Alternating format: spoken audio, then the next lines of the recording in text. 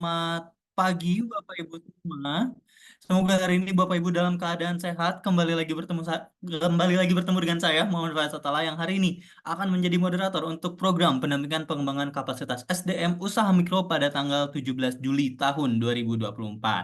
Nah, silakan Bapak Ibu yang mungkin masih ada kegiatan gitu di pagi hari. Ayo kita kembali lagi ke Zoom hari ini. Kembali lagi fokus ke kegiatan pendampingan hari ini karena hari ini akan ada 3 sesi kegiatan yang mungkin secara garis besar kita akan membahas mengenai pembiayaan nih. Bapak Ibu biasanya kalau misalnya yang kita ngomong masalah pembiayaan, ini banyak banget pertanyaan-pertanyaan yang mungkin muncul di kepala Bapak Ibu dan tentunya dalam sesi hari ini dari mulai sesi pertama hingga sesi ketiga silahkan untuk digali nih mengenai permasalahan-permasalahan pembiayaan yang mungkin Bapak Ibu alami dan juga bisa digali informasinya dari narasumber-narasumber kita. Nah, untuk sesi pertama kali ini ada narasumber yang mungkin sudah familiar juga dengan Bapak Ibu karena kita sudah bertemu di kegiatan di minggu sebelumnya, tapi materinya sedikit berbeda. Kalau misalnya kemarin kalau nggak salah ini tentang arus uang kas, tapi kali ini kita akan membahas mengenai mengelola resiko usaha. Dan narasumbernya adalah Mbak Atika Irawan SMN MSC. Beliau merupakan komite inkubator dan juga dosen dari Sekolah Bisnis Manajemen Institut Teknologi Bandung. Nah, untuk mengefektifkan waktu, mari kita mulai saja kegiatan hari ini kepada Mbak Atika Irawan. Saya persilahkan. Thank you, Mas Faiz. Assalamualaikum warahmatullahi wabarakatuh. Selamat pagi, Bapak Ibu semua, rekan-rekan semua. Mungkin kita ketemu lagi nih ya, berarti nggak perlu introduction kali ya, karena kan udah ketemu kita waktu di minggu lalu persis ya. Saya izin sambil share screen juga. Materi kita seperti yang tadi diceritain sama Kak Faiz, kita akan membahas nih risiko dalam usaha gitu. Ya, kalau kemarin mungkin ada yang belum aware ya, kenalan sedikit lagi, saya Atika, tadi ada di komite inkubator di SBM ITB dan juga dosen di SBM ITB. Nah, di hari ini kita akan membahas apa aja gitu ya. Kita akan bahas pertama terkait dengan identifikasi biaya dulu. Kemudian kita akan melihat gimana sih kita bisa mengatur pricing gitu atau harga, dan barulah di akhir kita bakal lihat nih, jadi risiko apa aja yang ada dalam usaha kita. Terus gimana nih kita harus menanggapi atau memitigasi gitu ya risiko yang mungkin terjadi dalam usaha tersebut. Nah, kalau kita lihat dari identifikasi biaya, pasti ini mungkin rekan-rekan semua di sini juga udah aware ya apa aja yang biaya yang ada di dalam bisnisnya masing-masing. Tapi kalau boleh kita kembali lagi nih ke materi yang minggu lalu, mudah-mudahan masih fresh gitu ya, masih ingat gitu. Kita ada laporan, salah satunya itu laporan laba rugi gitu. Nah, kalau laporan laba rugi seperti namanya, di akhir kita bisa melihat apakah ada laba ataukah ada kerugian yang terjadi dalam usaha kita di periode tersebut ya. Oke. Nah, karena paling awalnya ini adalah penjualan gitu ya. Penjualan berarti kan mau nggak mau kita melihat dari price atau harga kita dikali dengan quantity yang kita jual, baik itu produk ataupun services gitu ya. Dan kemudian ada HPP gitu ya atau COGS ya. Biasanya kita sebutnya HPP gitu ya, harga pokok penjualan. Dan setelah itu kita dapatkan laba kotor, jadi dari omset kita dikurangi dengan HPP, kita bisa dapatkan laba kotor. Dan laba kotor ini pun belum selesai gitu aja ya, karena kan kita masih punya biaya-biaya lainnya gitu lah, biaya-biaya operasional. Nah, barulah terakhir kita bisa dapat labanya berapa. Nah, karena itu penting buat kita mengetahui biaya. Jadi karena kalau HPP pastinya sudah melekat gitu ya, tapi biaya ini apa saja, biar kita bisa tahu betul berarti laba dalam usaha kita seberapa besar. Ya mudah-mudahan jangan sampai oke, HPP tertutupi, tapi ternyata biaya lainnya ini sangat besar sehingga laba kita pun jadi sangat kecil. Nah, kalau kita lihat diklasifikasikan, gitu ya, mungkin sedikit teoritis, klasifikasi biaya itu berdasarkan fungsinya ada terdiri dari 3. Gitu ya. Jadi tadi HPP, kemudian ada biaya pemasaran dan biaya administrasi lainnya. Yang mana sebenarnya biaya pemasaran dan biaya administrasi lainnya ini adalah bentuknya lebih ke biaya komersial, karena membantu kita untuk menjualkan barang-barang tersebut atau membantu menjualkan jasa-jasa tersebut. Yakin nih buat rekan-rekan di sini, Bapak Ibu di sini mungkin sudah pada pakai ads juga gitu ya kan, udah pada pakai biaya yang dikeluarkan untuk mengiklan itu. Nah, itu ada disebut dengan biaya komersial. Sedangkan biaya yang melekat gitu ya, melekat kepada barang yang kita produksikan itu dimasukkan ke dalam HPP. Nah, yang sering bingung kadang kita jualannya jasa gitu. Nah, kalau jasa apakah ada HPP?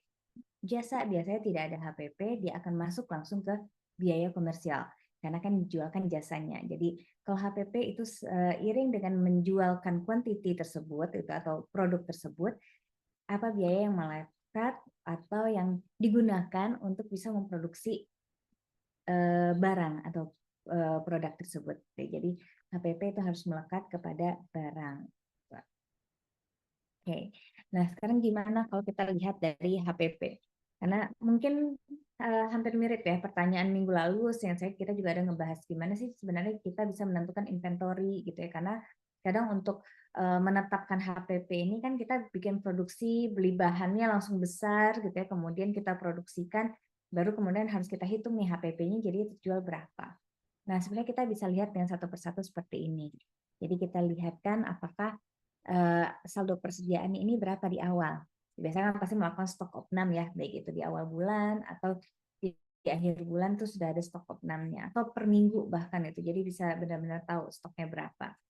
Kemudian selama periode tersebut apakah ada melakukan pembelian lagi gitu ya. Karena kalau ada melakukan pembelian berarti jelas kita ada biaya yang dikeluarkan gitu kan. Kita hitung berapa pembeliannya. Nah, dengan demikian kita bisa tahu berarti stok yang bisa kita jual, gitu kan, itu ada berapa banyak. Nah, terakhir di akhir periode saat kita mau membuat laporan keuangan lagi, kita lakukan kembali stok opnamnya. Nah, kalau udah buat stok opnamnya lagi, kita bisa benar-benar tahu, oke, berarti yang tersedia di akhir itu nilainya berapa. Nah, dengan demikian kita bisa tahu berapa sih sebenarnya yang terjual atau yang kita gunakan untuk menjual barang atau yang kita gunakan untuk bisa mendapatkan omset sekian. Nah, inilah yang dimaksud dengan HPP. Kadang ada juga yang kita sudah tahu nih HPP-nya per produk, jadi bisa langsung dikalikan dengan quantity. Tapi kalau misalnya kita tadi mau produksi sendiri, misalnya manufacturing sendiri, itu kan biasanya kita punya bahan-bahan yang relatively masih berbentuk inventory di gudang kita gitu ya. Jadi kita kadang sedikit bingung nih berapa banyak sebenarnya inventory yang terpakai. Nah, lakukan dengan stock opnam seperti ini. Nah, ini sama kurang lebih tadi ya cara perhitungannya. Jadi dari penjualan secara keseluruhan kita sisihkan berarti berapa sebenarnya HPP kita, produk akhir kita lihat juga ada biaya berapa baru kita bisa dapatkan labanya. Nah, detail dari kuantitinya juga dicontohkan gitu ya. Stok awal misalnya ada 3.500 barang gitu ya. Kita berdasarkan stok awal berarti kan kita bicarakan unit gitu. Kemudian kita ada beli lagi stoknya 500 unit gitu. Dan terakhir kita bisa lihat belum terakhir gitu ya. Di tengah kita bisa lihat berarti yang kita bisa jual ada 4.000 unit nih bahannya. Nah, kemudian dari penjualan ini ternyata keluar dari persediaan ada 2.000 atau kita bisa lihat stok akhirnya ada di 1.500, berarti kan yang terjual ada di 2.000 unit gitu. Nah, barulah 2.000 unit dikali dengan harga dari kita membelinya. Nah, itu jadi HPP gitu. Ini kalau ada yang mau ditanyakan mungkin nanti kita bisa open chat atau boleh silahkan nih kalau langsung ada yang mau ditanyakan, ada yang bingung, silahkan langsung di chat aja. Nanti kita bantu diskusi. Oke. Nah, sekarang biaya-biaya lainnya. Tadi kita udah bicarakan biaya produksi. Gitu. Nah, kita udah bicarakan HPP gitu. Sekarang kita masuk ke biaya produksi. Jadi sebenarnya kalau mungkin Bapak Ibu atau rekan-rekan semua di sini sudah familiar juga ada yang disebut dengan variable cost, ada yang disebut dengan fixed cost. Itu ada biaya variabel, ada biaya tetap. Intinya apa sih pembedanya gitu ya? Pembedanya sebenarnya lebih melihat dari ketergantungan biaya tersebut dari barang yang kita jual. Gitu ya. Maksudnya gimana? Itu dari biaya variabel itu berarti akan berubah seiring dengan jumlah produksi yang kita lakukan. Misalnya nih kita membuat pakaian gitu ya. Nah, dari pakaian berarti kita butuh apa saja yang variabel bentuknya. Berarti kan bahannya ya. Mungkin kalau misalnya kita bikin pakaian kaos gitu ya, kaosnya berarti makin banyak produksinya ya. Kaosnya juga bahan kaosnya, material kaosnya juga akan semakin banyak nih kita butuhkan. Atau misalnya benangnya akan semakin banyak juga kita belikan. Kalau misalnya kita menggunakan mesin ya pasti pakai mesin gitu ya. Ada electricity gitu. Nah, electricity-nya atau listriknya pasti kita harus bayarkan seiring dengan jumlah produksinya yang semakin banyak. Kalau misalnya mesinnya itu jalan biasanya anggaplah di 6 jam sehari gitu. Berarti kan kita bayar listriknya untuk yang 6 jam. Dan kalau misalnya produksinya mau kita tingkatkan jadi 8 jam sehari atau quantity barangnya makin kita banyakin gitu ya dan uh, penggunaan mesin pun akan lebih banyak. Berarti kan jumlah produksi yang membutuhkan listrik tersebut juga semakin besar. Nah, itu contoh dari biaya variabel. Jadi variable cost disebutnya. Nah, kemudian ada yang disebut juga dengan biaya tetap atau fixed cost. Nah, ini dia tidak berpengaruh dengan quantity atau volume dari produksi yang kita lakukan. Misalnya tadi membuat pakaian dari bahan kaos. Apa kira-kira biaya tetapnya nih? Ada yang tahu nggak? Dari rekan-rekan atau Bapak Ibu di sini semua nih. Mumpung pagi-pagi mungkin masih pada fresh nih harusnya. Kira-kira contohnya kalau tadi produksi pakaian gitu ya, berbahan kaos, apa nih kira-kira biaya tetapnya?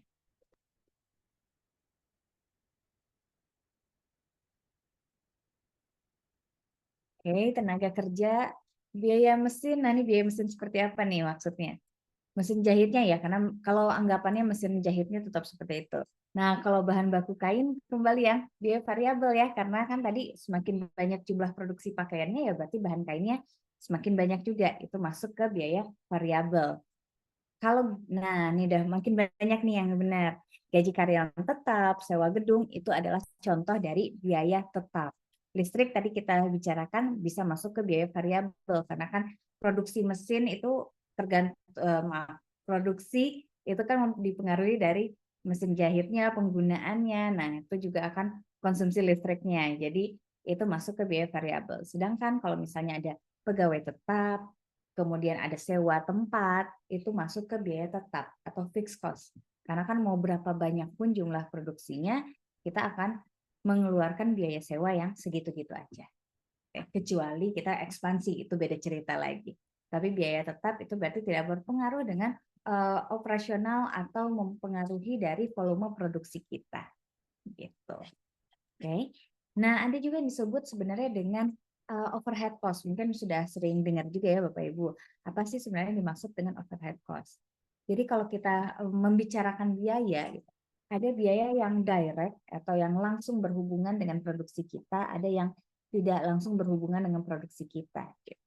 Nah, kalau misalnya kita masuk ke tadi biaya yang berhubungan dengan produksi ya, biasanya kan pasti disebut dari HPP gitu ya. Sedangkan kalau misalnya tidak langsung berhubungan dengan biaya produksi. Misalnya tadi dicontohkan ada BBM. Misalnya BBM itu digunakan untuk transportasi logistik dari bahwa kita beli bahan, kemudian mengirimkan barang, misalnya seperti itu. Jadi nggak langsung berhubungan dengan produksi. Itu dimasukkan sebagai overhead cost. Secara laporan keuangan semua sama, tetap cost, tetap masuk ke biaya lainnya, bukan masuk ke HPP, tapi kita bisa perhitungkan overhead cost ini, misalnya tadi yang bentuk sewa gedung, gitu ya, gaji karyawan, pembayaran listrik, kita beli ATK untuk administrasi, nah itu semua masuk ke overhead cost, yang mana dia tidak direct atau tidak berhubungan langsung dengan produksi yang kita lakukan. Seperti itu. Nah, ini ada beberapa pertanyaan. Kalau biaya angsuran kredit, apakah itu masuk biaya tetap? Itu masuk ke biaya tetap ya, karena tidak berhubungan dengan jumlah produksinya, gitu ya. Jadi masuk ke biaya tetap. Kemudian kalau misalnya kita ada cicilan ke bank gitu beserta bunganya, itu juga masuk ke biaya tetap. Walaupun dalam laporan keuangan tidak akan dipisahkan antara biaya variabel ataupun biaya tetap, karena kita memisahkannya itu berdasarkan HPP atau biaya operasional gitu. Jadi yang membedakan hanya antara dua itu. Ini untuk membantu kita melakukan analisa atau melakukan perhitungan gitu ya untuk memastikan apakah pembiayaan kita lakukan atau penggunaan yang kita lakukan terhadap cost atau terhadap uang yang kita miliki dalam usaha kita itu sudah efektif atau belum. Saya gitu. Kalau biaya perawatan peralatan kerja masuk yang mana? Nah, kalau misalnya peralatan kerja itu kan tidak langsung mempengaruhi jumlah produksi ya. Bukan berarti kalau kita melakukan perawatan produksinya akan bertambah kecuali kita memang meningkatkan gitu ya. Berarti itu masuk tetap ke biaya tetap gitu ya. Jadi tetap di biaya-biaya tetap. Kalau di dalam laporan keuangannya itu akan tetap masuk ke biaya lainnya gitu. Oke, kita coba lanjutkan lagi ya. Jadi kalau untuk yang biaya-biaya kurang lebih akan seperti itu. Atau mungkin ada pertanyaan dulu terkait dengan biaya. Mudah-mudahan cukup jelas ya. Kita lihat kemudian. Oke, nah masuk ke materi yang selanjutnya nih, yang kedua. Oke. Sebenarnya gimana sih kita bisa menentukan harga? Nah, kalau kita menentukan harga, itu masuk ke dalam beberapa strategi.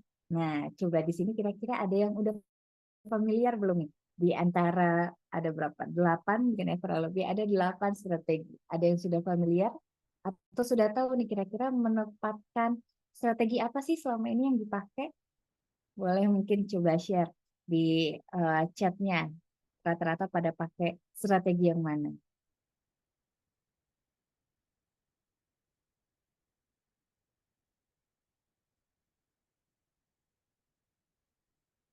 Oke, bundle. Oke, banyak yang pakai bundle pricing ya. Wah, ada Anchor. Oke,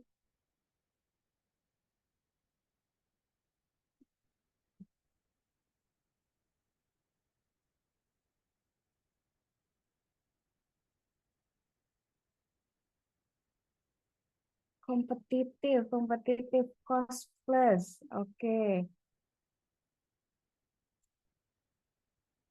Mana lagi ya? Siapa lagi cost plus? Ada lagi yang lain?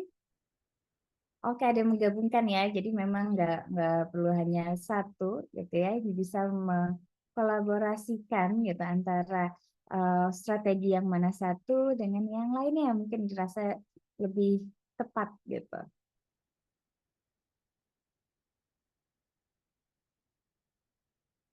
Oke. Oke, coba. Kamu masih bingung yang lain. Oke, sip nih. Kita coba ya kita bahas satu persatu. Kira-kira ada apa saja? Nah, yang pertama disebut dengan cost plus pricing. Cost plus pricing saya yakin semuanya pasti secara nggak langsung menggunakan uh, strategi ini. Karena sebenarnya apa yang membedakan? Untuk cost plus pricing itu kita melihat biaya kita untuk memproduksi berapa. Kemudian eh, kita mau menetapkan harga marginnya itu, bukan harga ya, besaran gitu ya. Besaran marginnya ini seberapa besar gitu. Kalau misalnya kita sudah tahu seberapa besar, kita tinggal kalikan. Gitu. Jadi penetapan harga berdasarkan biaya. Anggaplah tadi kita masih membicarakan membuat pakaian ya. Kita udah tahu, oke, membutuhkan biaya sekitar anggaplah di 20.000 gitu ya untuk bisa memproduksi barangnya. Nah, kita mau dapat margin 100%. Berarti kita akan menjual di harga 40.000. Misalnya seperti itu. Jadi itu adalah cost plus pricing. Makanya tadi saya sebutkan kemungkinan besar pasti akan memakai yang cost plus pricing ini karena ini yang paling mudah gitu ya atau yang paling simple gitu, yang paling umum digunakan. Nah, kemudian ada yang disebut dengan competitive pricing. Nah, apa sih competitive pricing? Kalau competitive pricing ini kita menetapkan berdasarkan harga yang ada di pasaran. Misalnya kita tahu harga di pasaran sekitar 100.000 gitu ya untuk baju kaos tadi. Kita tetapin kalau gitu harganya di 95.000. Anggapannya apa ya? Kita lebih kompetitif barangnya gitu. Dengan barang yang sama, sejenis gitu ya. Orang-orang menjual di harga 100.000, kita jual di harga yang lebih murah gitu. Anggapannya apa ya? Dengan harapan kita bisa mendapatkan atau bisa menjual dengan kuantiti yang lebih besar dibandingkan dengan kompetitor kita. gitu. Jadi kalau competitive pricing biasanya kita meletakkan di harga yang lebih rendah dibandingkan dengan harga yang ada di pasaran. Saya seperti itu. Umumnya sih digunakan waktu kita baru mungkin kita baru ya, tapi kita baru masuk gitu ya ke dalam market tersebut dan kita melihat sudah banyak sekali kompetitornya gitu. Jadi untuk meng-highlight posisi kita gitu ya di pasar, kita akan meletakkan harga yang lebih rendah dibandingkan harga kompetitor gitu. Kemudian ada yang disebut dengan price skimming gitu ya, atau penetapan harga mengikis. Nah ini biasanya karena mengikis itu kan dari besar semakin kecil gitu ya, namanya dikikis gitu.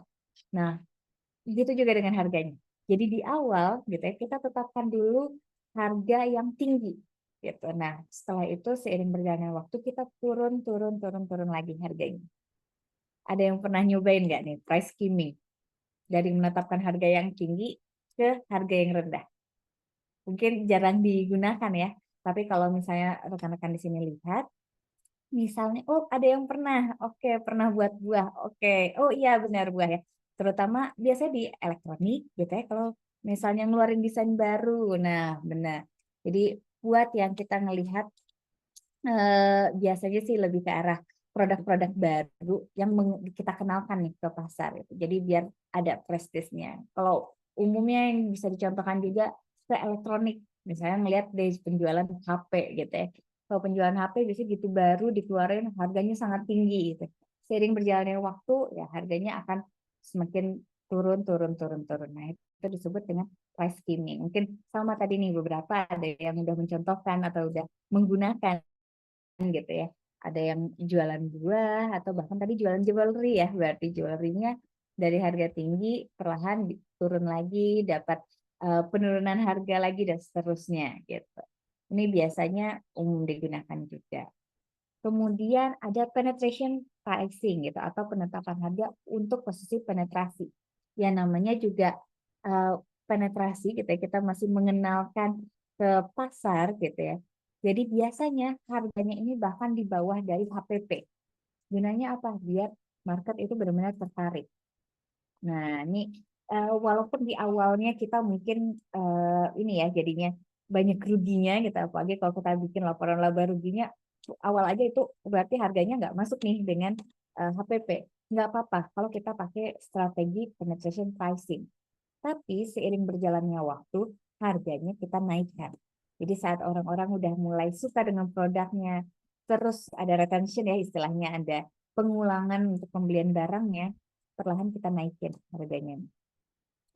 Nah, mungkin belakangan terasa di kalau ada yang menggunakan aplikasi online gitu ya, online transportasi gitu ya, ojek online. Nah, waktu di awal kita dapat harga sangat murah ya, ada diskon, harga masih sangat terjangkau. Perlahan harganya mulai naik saat kita sudah mulai banyak menggunakan gitu kan. Nah, itu disebut penetration pricing. Oke, jadi perlahan saat customer kita sudah bisa melekat, sudah bisa menggunakan atau sudah suka menggunakan produk kita, perlahan harganya mulai kita naikkan. Karena mereka sudah istilahnya berarti kan udah kecanduan gitu kali ya, bisa dibilang itu udah suka banget dengan produk kita, maka saat harganya naik mereka tetap mengkonsumsi gitu. Kemudian ada yang disebut dengan value based pricing gitu berdasarkan nilainya. Nah, ini biasanya lebih banyak digunakan atau ditetapkan di bentuk-bentuk penjualan service atau jasa. Kenapa? Karena bisa menilai value-nya dengan lebih real gitu ya. Karena kalau kita produk biasanya kita benchmark harganya akan lebih gampang gitu ya. Kita bisa komparasi harganya. Tapi kalau yang namanya service gitu kan based on touch gitu, mungkin kalau ada yang ini cewek-cewek gitu ya ngerasain ke salon kecantikan gitu ya, datang ke salon, wah yang ini treatmentnya enak, willing to pay more gitu ya, pengen untuk membayar lebih juga nggak apa-apa, merasakan servisnya, merasakan jasanya gitu ya. Itu disebut dengan value based pricing. Jadi kita menetapkan oke, karena kita dapat dapat service yang berbeda gitu ya, jadi kita ada harga yang lebih tinggi. Nah, customer jadi nggak masalah karena merasa mendapatkan value yang lebih dibandingkan dengan yang lain. gitu. Biasanya lebih banyak digunakan untuk yang service. Tapi nggak menutup kemungkinan untuk juga digunakan oleh penjual dari retail juga gitu, karena biasanya kan dari retail ada after sales-nya gitu. Kalau misalnya di kita belinya mungkin lebih mahal tapi kita garansi seumur hidup gitu ya.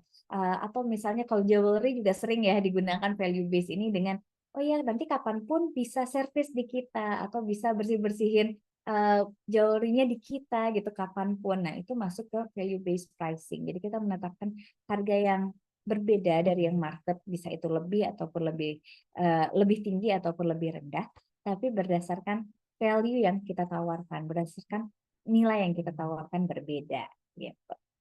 Nah, selanjutnya ada loss leader pricing itu, atau kita melihat berdasarkan menjual item dengan harga rugi, kasarnya seperti itu.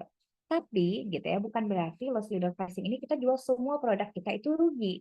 Enggak, tapi kita hanya menjual beberapa item atau salah satu item yang kita jual secara merugi. Merugi berarti kan kita menjual di bawah HPP. Tapi produk lainnya kita naikin marginnya. Nah, itu disebut dengan loss leader pricing. Mungkin sering ada rekan-rekan atau Bapak Ibu di sini juga ketemu UMKM yang lain, dia menjual produknya murah sekali gitu. Tapi misalnya bukan bundling, tapi pelengkapnya gitu. Jadi bahan pelengkap dari produk tersebut itu harganya sangat tinggi. Nah, itu disebut dengan loss leader pricing. Jadi gitu masuk ke toko, oke nih harganya murah sekali. Akhirnya orang beli, tapi ternyata barang-barang yang lainnya itu yang lebih pelengkap-pelengkap lainnya itu yang lebih mahal dari harga di pasar karena marginnya sangat tinggi gitu. Karena ada yang saya nggak tahu mungkin familiar juga, ada yang ngejual, saya bisa contohkan itu produknya mie gitu ya. Mie-nya sangat murah sekali gitu. Tapi nggak mungkin kan orang cuma makan mie kosong gitu atau mie polosan. Sedangkan di menunya ada bakso, ada siomainya, ada pelengkap-pelengkap lainnya gitu ya. Akhirnya apa ya? Orang beli nih ada baksonya. Padahal margin di baksonya itu sangat tinggi. Terus margin tadi yang di siomainya atau gorengan lainnya itu sangat tinggi. Jadi walaupun dia merugi saat penjual mie-nya dengan harga yang sangat murah, tapi dia dapat margin yang lebih dari produk-produk lainnya yang melengkapi produk tersebut. Itu disebut dengan loss leader pricing. Jadi produk utamanya nggak apa-apa dia merugi, tapi produk lainnya yang ada di toko tersebut atau yang ada di store tersebut itu lebih tinggi marginnya. Jadi tetap dapat keuntungan yang cukup besar. Selanjutnya ada anchor pricing. Tadi kalau saya lihat beberapa udah pada pakai anchor katanya ya, ada anchor pricing. Nah, kalau ini kita menggunakan penetapan harga yang kita patok dulu gitu. Biasanya dicontohkan kita lihatkan harga yang produk yang mahal gitu ya, kita lihatkan produk kita yang mahal, kemudian sebelahnya kita letakin nih produk yang harganya lebih murah. Contohnya misalnya yang ngejual retail, balik lagi elektronik mungkin ya yang gampang kelihatan di store gitu ya. Kelihatan di store di awal gitu kita masuk toko atau masuk ke sosial medianya biasanya kan produk terbaru yang baru launching biasanya pasti harganya sangat mahal, ya enggak? Sebelahnya gitu anggaplah ada TV terbaru 50 inch itu harga 40 juta gitu kan. Tapi kita letakin sebelahnya gitu kan TV yang masih baru juga, tapi mungkin lebih kecil gitu ya, inch-nya dengan harga hanya di 10 juta. Jadi kita melihat, wah 10 juta murah banget nih gitu. Customer melihatnya akan seperti itu. Nah itu disebut dengan anchor pricing. Kita letakkan produk yang lebih mahal, sebelahnya ada produk yang lebih murahnya. Sebenarnya yang kita kejar yang mana? Biar customer itu membeli produk yang lebih murah itu tadi gitu. Dengan anggapan mereka melihat, wah ini saya udah belanja barang yang lebih murah sebenarnya gitu, tanpa mereka menyadari bahwa kita udah membuatkan pembandingnya gitu. Itu disebut dengan anchor pricing. Atau sering kalau di food and beverage juga di makanan biasanya membandingkan porsi gitu kan. Ada yang porsi besar gitu kan atau yang large-nya, medium sama small gitu. Padahal mungkin secara sizing atau secara quantity isi makanannya atau isi minumannya itu nggak jauh berbeda gitu. Tapi kita letakkan harganya cukup berbeda jauh. Jadi yang kecil itu mungkin harganya sangat nggak sangat murah juga ya, cukup murah gitu. Sedangkan harga yang di tengahnya cukup lumayan dan yang pastinya yang besar itu lebih mahal lagi. Orang-orang kan melihat, wah ini kalau saya beli yang large mungkin terlalu mahal. Tapi kalau saya belinya yang small nanti rugi nih karena terlalu murah, kalau terlalu kecil, maaf ya, terlalu kecil nanti kayaknya kurang. Akhirnya orang akan beli apa yang size medium gitu. Nah, itu masuk ke anchor pricing. Jadi kita menetapkan patokan agar customer itu bisa melakukan perbandingan untuk memastikan mereka akan membeli produk yang mana gitu. Dan yang terakhir nih ada bundle pricing. Wah, ini pasti udah banyak yang pakai nih, apalagi di tanggal kembar itu sering sekali ya muncul ada bundle pricing, buy one get one, atau beli satu gratis berapa, itu sudah hal yang umum. Jadi akhirnya kalau kita beli produknya hanya satu, itu jadi lebih mahal dibandingkan kalau kita beli harga yang bundling. Gitu. Ini pasti udah paling umum menggunakan bundle pricing juga. Gitu. So far mungkin ada yang mau ditanyakan dulu atau yang didiskusikan terlebih dahulu oleh Bapak Ibu atau rekan-rekan yang ada di sini. Kadang yang jadi menjadi isu terkait dengan penetapan harga ini. Jadi kita harus menetapkan seperti apa sih? Nah, itu biasanya jarang ada atau nggak ada sebenarnya patokan pastinya yang khususnya gitu. Maksudnya, wah yang paling tepat itu skimming gitu. Ditetapkan untuk semuanya, nggak ada. Kembali lagi ke produk bisnis Bapak Ibu semua atau rekan-rekan semua di sini gitu ya. Kalau memang merasa oke, price skimming tadi beberapa ada yang menggunakan, cocok nih untuk produk saya ya, silahkan digunakan. Tapi kalau misalnya kayak saya nggak masuk di price skimming, misalnya tadi menjual pakaian. Kayaknya kalau kita menjual pakaian umumnya jarang ya ada yang menggunakan price skimming gitu. Nah, akhirnya apa? Kita bisa gunakan produk yang strategi penetapan harga yang lain gitu. Misalnya mungkin lebih ke penetration pricing karena kita melihat kita nggak gitu banyak punya unique selling point gitu ya, nggak begitu banyak punya pembeda dengan kompetitor kita, ya udah kita bermainnya di harga, kayak seperti itu. Atau kalau misalnya kita yakin nih dengan value yang kita tawarkan itu berbeda gitu ya, akhirnya kita menggunakan value uh, based pricing. Malahan kadang hanya free ongkir kah, harga tetap, namanya strategi. Nah, itu masuknya apa nih kira-kira? Yang lain ada yang tahu nggak? Free ongkir itu masuknya kita kemana?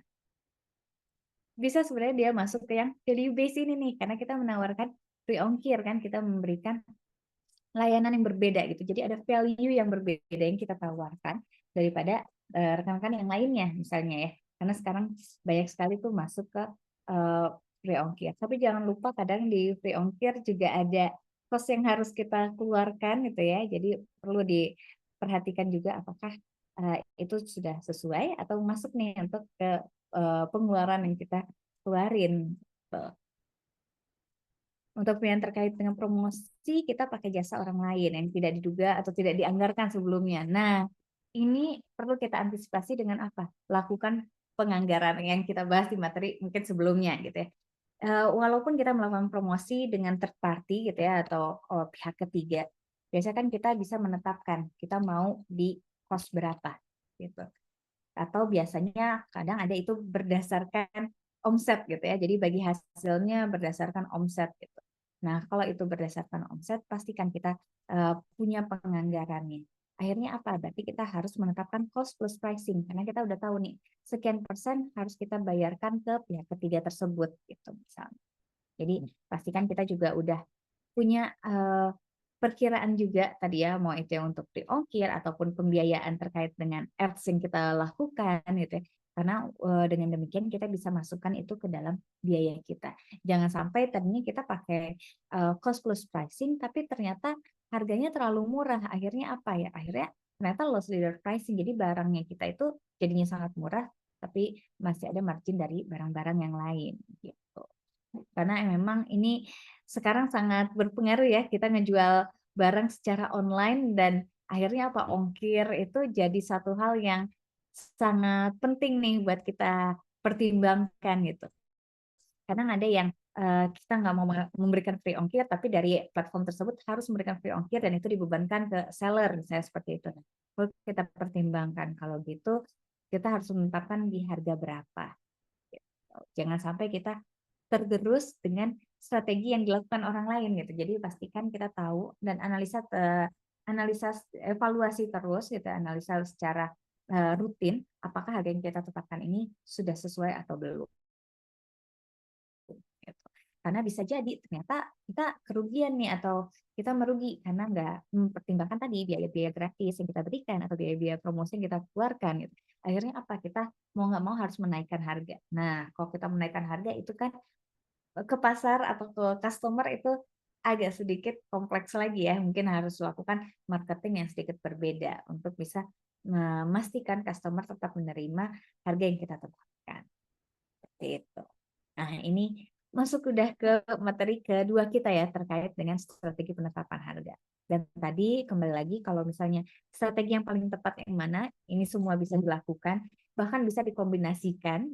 Jadi bukan berarti satu one fit for all gitu ya, atau satu ini sesuai untuk semua jenis produk, semua jenis jasa, tidak.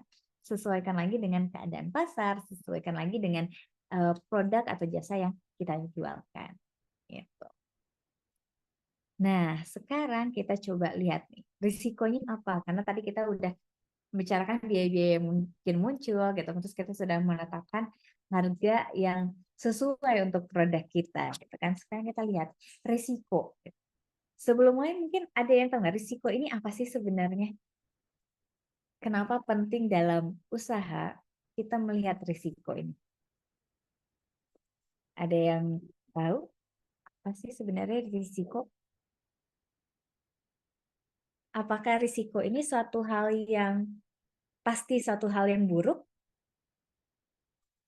atau bisa jadi risiko ini satu hal yang baik?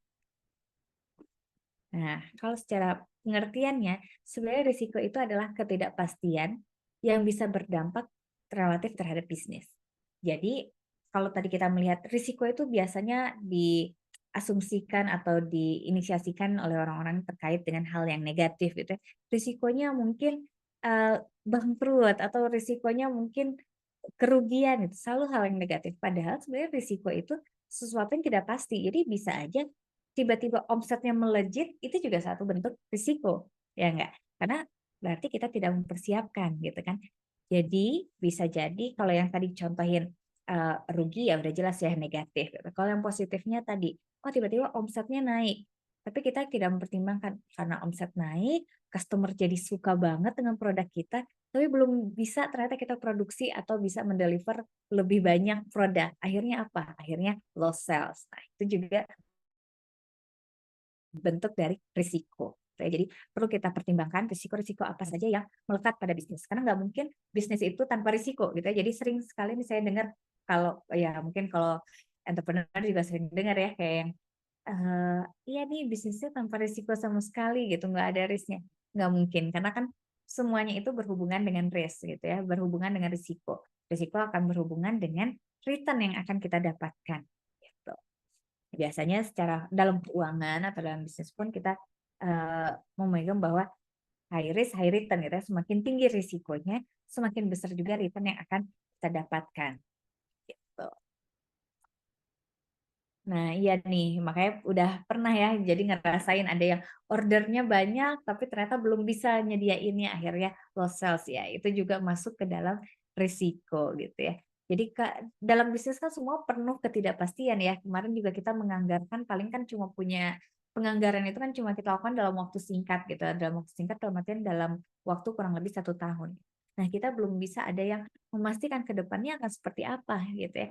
Bahkan nah ini juga pemilu juga mempengaruhi daya beli gitu ya. Nah, gimana ke depannya apa akan membaik atau nih sekarang gimana posisinya? Sepertinya beberapa masih banyak yang struggling juga ya karena belum benar-benar pulih atau belum naik kembali nih gitu untuk penjualannya. Jadi risiko-risiko seperti tersebut kita perlu pertimbangkan dan kita perlu persiapkan juga.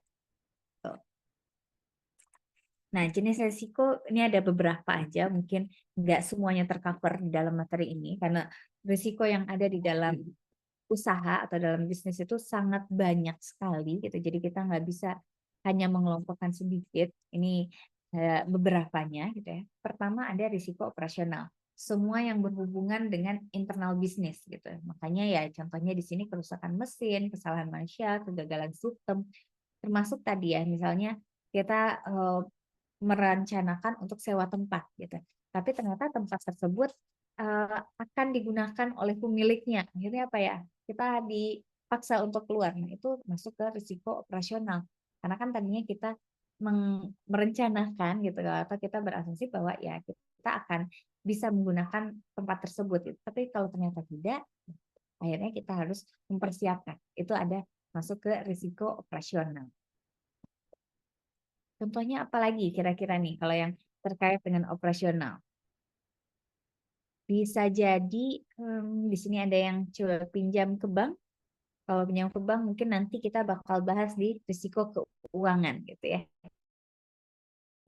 Kalau risiko operasional kita lebih ke yang memproduksi barangnya, jadi internal bisnisnya. Bisa kalau misalnya ada perusahaan yang atau usaha bisnisnya dikelola secara kekeluargaan itu dalam artian family business gitu ya. Jadi ada saudara yang join dalam bisnisnya juga. Nah, kadang gitu ya, itu juga suatu bentuk risiko operasional. Ya, hubungan keluarga itu akan mempengaruhi bagaimana internal bisnis usaha tersebut. Nah, perlu dipertimbangkan juga. Jadi kita lihat kira-kira risiko apa yang mungkin muncul. Gitu ya. Kalau misalnya kita sudah tahu, kita sudah bisa mempersiapkan. Oke, kira-kira bagaimana mitigasinya atau eh, bagaimana kita bisa mengantisipasi tersebut gitu ya. Misalnya kita tahu oke salah satu direktur yang ada di dalam bisnis kita atau salah satu head yang ada di bisnis kita itu family gitu ya. Tapi agar semuanya lebih profesional gitu ya, kita pastikan kita buatkan dalam surat kontrak misalnya. Jadi tetap terpisah hubungan antara hubungan bisnis sama hubungan keluarga gitu. Jadi ya walaupun mungkin kadang ada selisih gitu ya, ada slack juga nih dalam bisnis, tapi itu tidak terbawa keluar. Itu akan membantu untuk risiko operasional. Jadi tidak mengganggu kegiatan operasional yang ada di dalam usaha. Nah, kemudian ada risiko keuangan. Pasti nggak mungkin bisnis tidak berhubungan dengan uang gitu ya.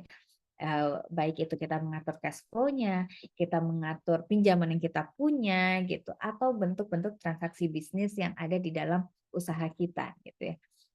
Kalau kemarin kita minggu lalu sudah membahas terkait dengan penganggaran kas gitu ya. Nah, itu masuk di dalam kita mempersiapkan terkait dengan likuiditas atau kita memitigasi risiko keuangan. Jadi kita bisa benar-benar tahu seberapa besar sih kita butuh pinjaman dan di waktu kapan kita butuh pinjaman tersebut. Karena kita sudah bisa melihat kemampuan kita berjualan seperti apa, kemudian biaya yang harus dikeluarkan seperti apa, akhirnya kita bisa melihat kita butuh tambahan pinjaman uang atau enggak. Nah, kalau kita tahu kita butuh pinjaman uang, akhirnya kita bisa memprediksikan lagi, kita harus menjual seberapa banyak agar kita bisa melakukan pembayaran baik itu pokoknya dan juga bunga dari pinjaman yang kita dapatkan gitu. Bahkan bunganya itu sendiri pun bisa kita pertimbangkan jadinya gitu. Karena kan kita bisa melihat ada berapa banyak sih institusi atau berapa banyak sih produk-produk keuangan di luar sana yang bisa menawarkan pinjaman untuk usaha kita dengan bunga yang pastinya sangat berbeda-beda gitu ya. Kita lihat mana yang paling sesuai dengan bisnis kita. Nah, jadi kalau misalnya tadi kita udah tahu, kita ternyata butuh pinjaman. Kita bisa memperhitungkan dengan besaran bunga yang ditetapkan, kita akan lihat, penjualan kita harus seberapa besar. Kalau misalnya kita tidak mampu melakukan penjualan sebesar yang kita asumsikan di awal, berarti kita harus mitigasi dengan cara apa? Apakah bisa hutang ini direstrukturisasi atau bagaimana?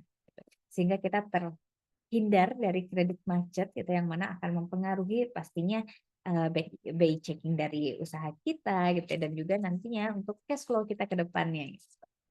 Untuk rekan-rekan yang mungkin ada punya bisnisnya berhubungan dengan mata uang asing, mungkin ada melakukan ekspor impor gitu ya.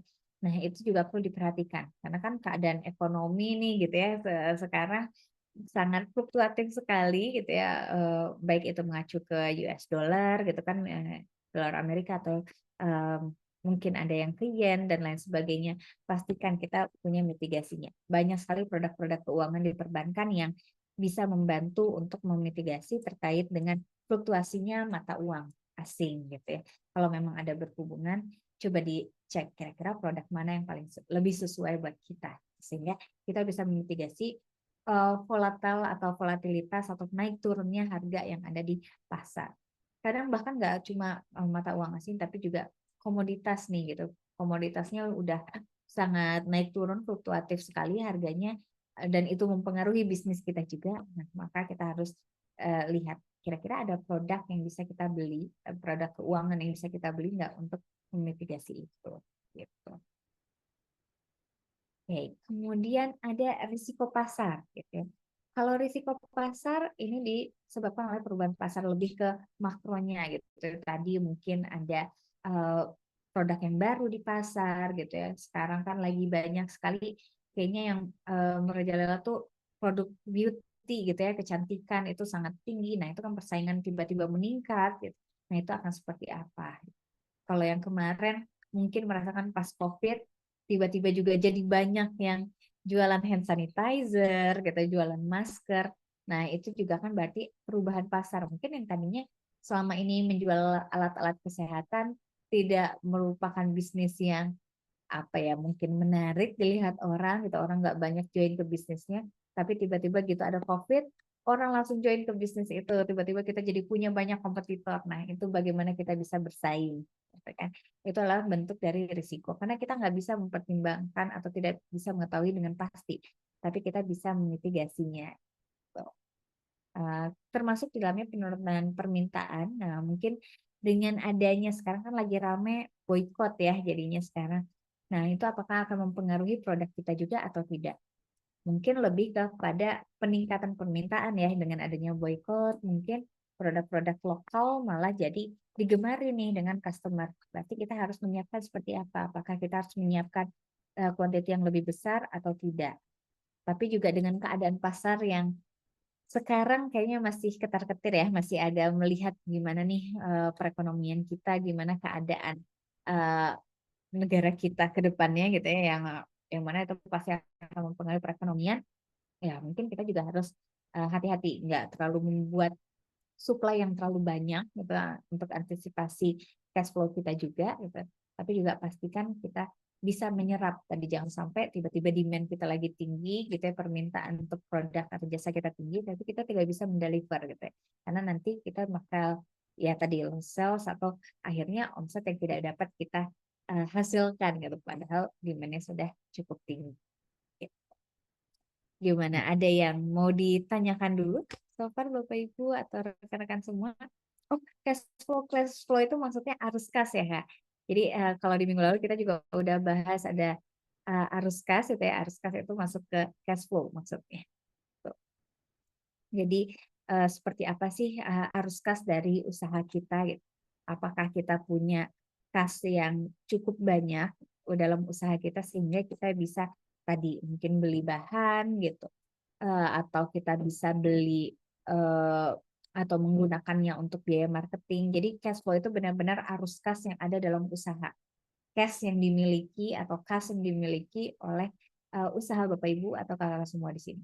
Gitu. Jadi bukan berarti bentuknya laporan keuangan saja. Jadi kalau laporan keuangan ada laporan arus kas, tapi yang saya maksud di sini itu bentuknya kasnya. Jadi ada berapa banyak sih nilai uang yang dimiliki gitu. Karena kalau kita punyanya masih bentuknya inventory, berarti kan kita harus menjual dulu. Jadi kita pastikan punya cash yang liquid. Cash yang liquid itu dalam artian benar-benar bentuknya dalam bentuk uang itu yang ada di rekening usahanya masing-masing. Sehingga kalau misalnya tadi ada risiko-risiko yang kita hadapi, ya kita bisa menggunakan uang tersebut untuk melakukan mitigasi atau penanganan terkait dengan risiko yang dihadapi. Gitu, Kak. Selanjutnya ada beberapa lagi, ini jenis risiko lainnya, itu ada risiko reputasi. Nah, sekarang juga mungkin lagi hits ya, ada harus brandingnya seperti apa. Nah, itu masuk ke risiko reputasi. Karena sekarang kan untuk online pun sedikit ada review yang bintang satu itu udah sangat mempengaruhi sekali gitu ya, citra dari si toko bahkan produknya gitu. Jadi perlu kita antisipasi, pastikan kita menjaga reputasi kita sebaik mungkin, menjaga branding kita sebaik mungkin. Makanya mungkin kalau kita punya admin gitu ya, admin online baik itu yang ada di e-commerce atau kita misalnya punya platform atau kita menggunakan platform tertentu untuk chat langsung dengan customer kita, pastikan selalu memberikan layanan yang terbaik gitu ya. Karena apa ya? Namanya juga manusia, mungkin ada waktu-waktunya saat yang tidak baik gitu ya, saat yang moodnya lagi nggak oke nih gitu, akhirnya apa ya, mungkin keluar kata-kata yang tidak sesuai, akhirnya layanannya kurang baik gitu, dan akhirnya dapat apa ya tadi, impact balik dari usahanya. Nah ini saya nggak tahu, mungkin kalau belakangan nih ada yang lagi ramai juga di Bandung kayak wah ini ada resto kurang oke pelayanannya, langsung diviralkan dan lain sebagainya. Nah itu kan bentuk dari resiko reputasi ya. Kita membangun reputasi, membangun branding dari usaha kita, bisnis kita itu kan butuh waktu gitu. Sedangkan untuk mematikannya atau menurunkan reputasi tersebut ya cukup dengan tadi. Sekarang media sosial sudah sangat luas ya, orang leluasa sekali menggunakannya. Jadi sangat gampang gitu untuk memviralkan dan akhirnya bisa menjerumuskan si bisnis kita yang tadinya sangat bagus, tiba-tiba orang akhirnya tidak mau pakai lagi atau tidak ada yang membeli produk kita lagi, akhirnya ya bisnisnya jadi menurun gitu, atau bahkan bisa tutup sama sekali gitu. Nah, makanya perlu kita perhatikan untuk mendeliver produk ataupun jasa itu sebaik mungkin demi menjaga reputasi kita. Kemudian ada risiko hukum gitu ya. Risiko hukum itu yang terkait dengan peraturan-peraturan legal gitu ya yang berhubungan dengan operasi bisnis. Mungkin kalau bentuknya retail tidak banyak berhubungan dengan risiko hukum. Biasanya yang berhubungan itu lebih ke kesehatan. Kembali lagi tadi karena sekarang lagi menjamur sekali nih beauty industry gitu ya. Produk-produk kecantikan nih sekarang lagi naik sekali. Akhirnya apa ya? Berarti dari pihak BPOM, dari pihak eh, regulator itu sangat menerapkan aturan yang lebih ketat gitu ya, bisa dibilang lebih ketat untuk memastikan customer itu mendapatkan yang sudah eh, sudah legal gitu ya, sudah regulate dengan baik gitu ya. Jadi sudah ada misalnya tadi kalau produk kecantikan pastikan sudah BPOM itu, sehingga tidak ada risiko bahwa produk kita nanti di-ban di pasar seperti itu. Atau misalnya produk-produk lainnya, apakah kita perlu membuatkan haki gitu, membuat paten dari produk kita gitu. Kalau ternyata kita rasa perlu, silakan dibuatkan gitu agar tidak ada yang replicate gitu ya atau mereplikasi produk kita. Tapi kalau misalnya kita merasa oh tidak perlu untuk punya tadi paten itu ya berarti kita bisa langsung gunakan atau bisa produksikan langsung dan jualkan di pasar. Kembali lagi semua risiko ini mungkin akan berhubungan semua dengan bisnis Bapak Ibu atau rekan-rekan semua di sini, bisa jadi enggak gitu. Jadi sesuaikan lagi, perhatikan lagi mana aja yang menjadi risiko-risiko yang ada di dalam usaha. Karena kalau kita lanjutkan, nah gimana kita bisa mengelola risiko itu? Yang pertama perlu kita lakukan adalah identifikasi. Jadi kenali bisnisnya. Kalau misalnya di sini rekan-rekan mungkin banyak yang kria ya di sini, jadi yang memproduksi craft seperti itu. Nah, apakah craft tersebut perlu kita pastikan tidak ada atau kita pastikan udah terbentuk hakinya gitu, udah punya patennya ada di kita gitu. Karena ada risiko hukum, bisa jadi misalnya kita membuat produk yang terlalu mirip dengan produk lain yang sudah punya hakinya, yang sudah punya patennya. Akhirnya apa ya? Kita bisa dituntut gitu kan. Nah, untuk menghindari itu kenali, ada identifikasi lagi. Apalagi nih produk-produk atau apalagi sih risiko apa yang melekat pada produk kita gitu atau jasa kita. Nah, kalau kita sudah identifikasi tadi risikonya, kita juga punya risiko keuangan, kita ada risiko hukum, kita ada risiko operasional. Nah, kalau itu semuanya udah kita analisa. Oke, risiko ini mungkin terjadi karena apa? Gitu. Jadi analisa di sini gitu ya. Maksudnya adalah kemungkinan dampaknya. Gitu. Karena kan kalau diidentifikasi tadi kita udah mengenal ya risikonya apa. Kemudian kalau di sini juga kita bisa lihat di identifikasi ini penyebab dari risiko itu muncul karena apa. Dan siapa yang berhubungan dengan risiko itu, apakah ke customer atau ke internal usaha kita gitu ya. Misalnya tadi kan yang terkait dengan pelayanan atau risiko reputasi itu karena uh, orang admin kita misalnya ya, dari pegawai kita, berarti kita bisa antisipasi. Kemudian di bagian analisa kita kenal ya dampaknya apa. Oke, kalau misalnya tadi pelayanan kita kurang baik, penjualan akan menurun, gitu kan. Kita buatkan senario-senarionya. Oke, kalau misalnya pelayanannya kurang baik, apa yang akan terjadi? Kalau misalnya kita tidak mampu bayar eh, kredit tadi, bagaimana gitu ya. Kalau misalnya kita mampu membayar kredit, tapi ternyata eh, tidak dengan bunga segitu, apakah bisa restrukturisasi, restrukturisasinya berapa banyak atau berapa lama nih untuk pinjaman tersebut. Kita buatkan senario-senarionya. Jadi kita perhitungkan kalau misalnya kita bisa tarik dalam 1 tahun lebih panjang dari yang seharusnya. Atau ternyata 1 tahun nggak cukup, kita coba buatkan lagi senario lainnya. Misalnya sampai kita tarik di 3 tahun ke depan. Mungkin nggak, bagaimana kita bisa. Nah, itu masuk di analisis. Kalau itu sudah, baru kita tanggapi. Kita lihat mitigasi strateginya apa. Oke, kalau tadi kita udah mengenal misalnya yang eh, admin yang menjawab kurang baik. Misalnya. Oke, kalau gitu kita siapkan saat ada pegawai baru, kita training, kita ajarkan cara untuk melayani customer dengan baik seperti apa. Oh, kalau dia ada customer yang menanyakan produk, template menjawabnya seperti ini. Nanti kalau customer menanyakan harga atau diskon atau promo, template-nya seperti ini. Jadi semua udah ada cara strategi-strategi untuk memitigasi akan jawaban yang kurang baik misalnya yang diterima oleh customer. Jadi kita sudah buatkan biasanya frequently asked question gitu ya, FAQ gitu kan. Pertanyaan yang sering muncul tuh apa sih dari customer, kita buatkan listnya sehingga pegawai bisa, orang admin bisa langsung copy paste ya gitu ya, bisa langsung ambil jawabannya atau pertanyaannya, mereka bisa berikan itu ke customer. Nah, kalau kita udah menyiapkan tadi ya strategi-strateginya, kita perlu pantau, kita perlu monitor gitu ya, kita lihat terus bagaimana ke depannya perkembangannya, risiko-risiko yang mungkin muncul tadi.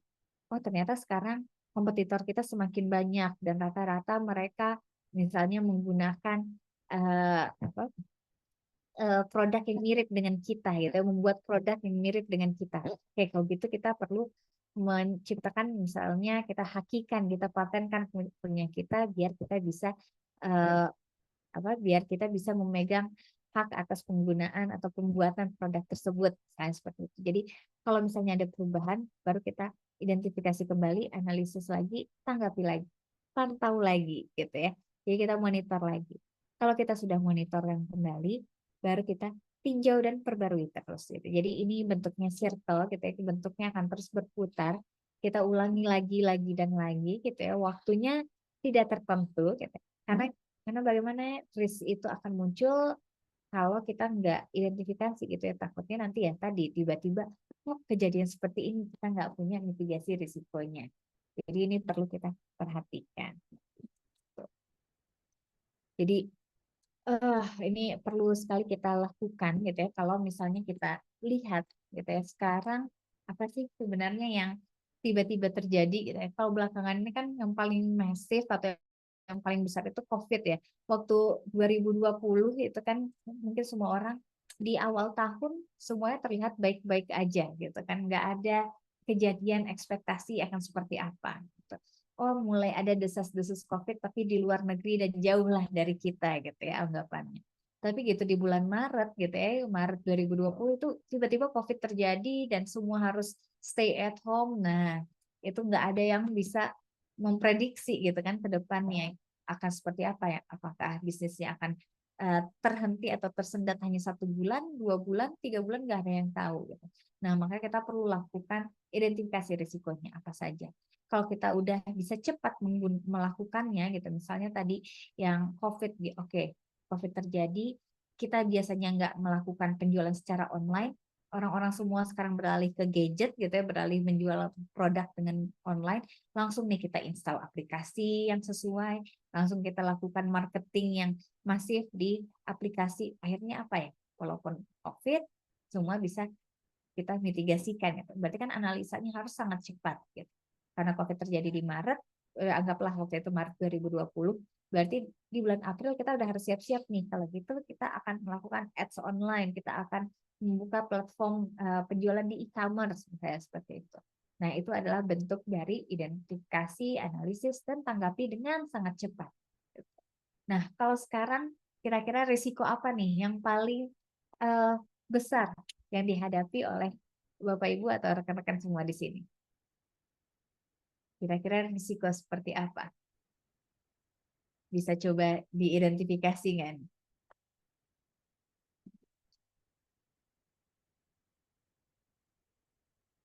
Ada yang jualan online pasti ya sekarang kan. Udah mulai kerasa ada yang live ya sekarang di beberapa platform itu kan udah melakukan penjualan live gitu ya, live baik itu di TikTok, di Shopee gitu ya. Tokped saya nggak tahu apakah ada juga gitu ya.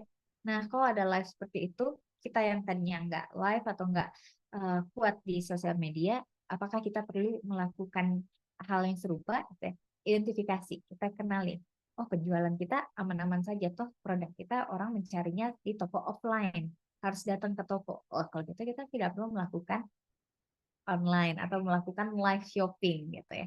Tapi kalau misalnya kita melihat oke ternyata produk kita kompetitor kita banyak nih yang join. Oke kita coba analisa mungkin nggak berdampak ke kita atau customer yang mereka targetkan itu berbeda dengan customer kita.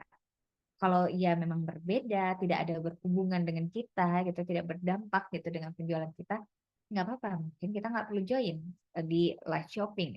Tapi kalau ternyata, oke orang-orang pada live shopping, kompetitor kita live shopping, penjualan kita pun mulai menurun karena tergerus customer kita banyak yang berpindah karena pembelian live shopping saja, berarti kita harus menyiapkan, gitu kan?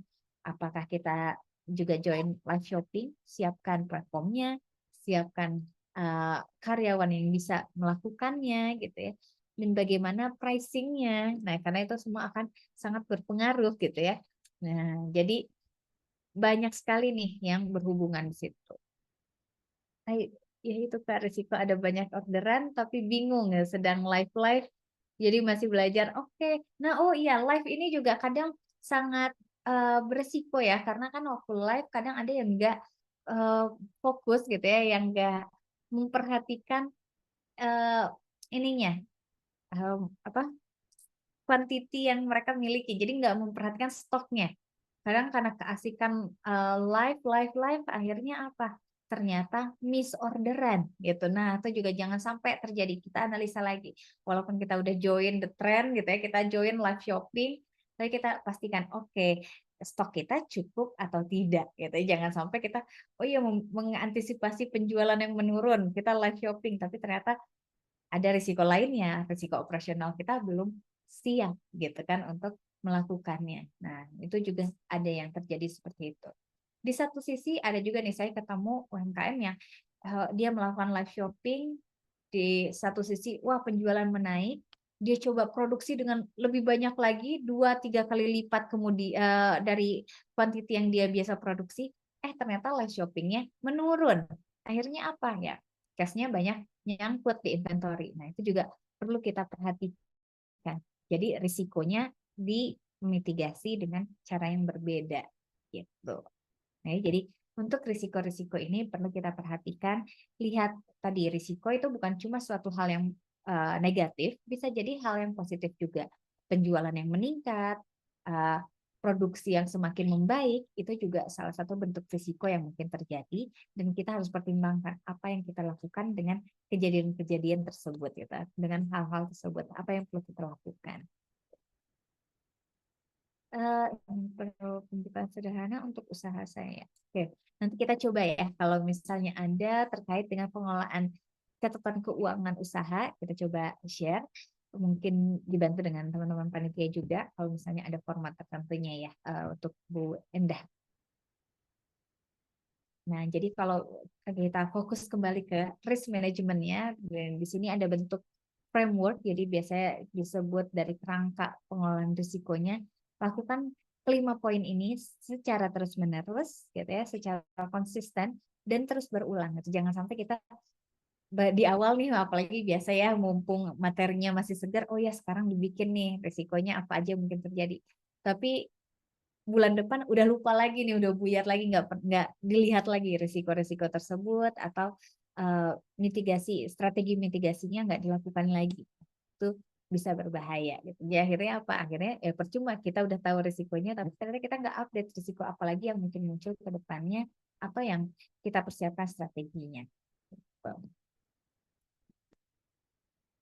Nah, strategi manajemen risikonya seperti apa? Apa yang kita perlu lakukan nih kalau kita udah kenal risiko-risiko kita gitu kan? Pertama kita bisa lakukan penghindaran atau avoidance. Jadi kita menghindari risiko itu gitu. Misalnya lebih ke strategi risiko terkait dengan operasional. Kita udah tahu kalau menggunakan mesin A itu ada kemungkinan apa produk kita jadi rusak, misalnya rusak dalam artian oh dia produksinya kurang halus gitu mesinnya. Akhirnya apa ya? Kita hindari, jangan gunakan mesin yang itu, kita gunakan mesin yang lain, misalnya seperti itu. Atau kita udah tahu kalau misalnya nih kalau jualan online gitu, kita udah tahu nih kayaknya kalau logistiknya yang itu gitu ya, logistik A itu pengirimannya suka terlambat, barangnya juga jadi berantakan, misalnya seperti itu. Oke, kita ubah, kita nggak lagi kerjasama dengan logistik yang A, kita pindah ke logistik yang B. Jadi itu bentuk dari strategi manajemen risikonya. Karena kita udah tahu ada risiko-risiko terkait operasional kita, misalnya kita lakukan penghindaran. Kita tidak gunakan sama sekali. Gitu. Kemudian ada risiko ini loss prevention and reduction atau pencegahan dan pengurangan kerugian. Gimana caranya? Nah ini kita untuk lebih ke meminimalkan. Kalau yang tadi kan avoidance, kita benar-benar menghindari, kita benar-benar menghilangkan risiko yang mungkin terjadi. Makanya tadi merubah mesin, merubah apa logistik yang kita kerjasama. Gitu.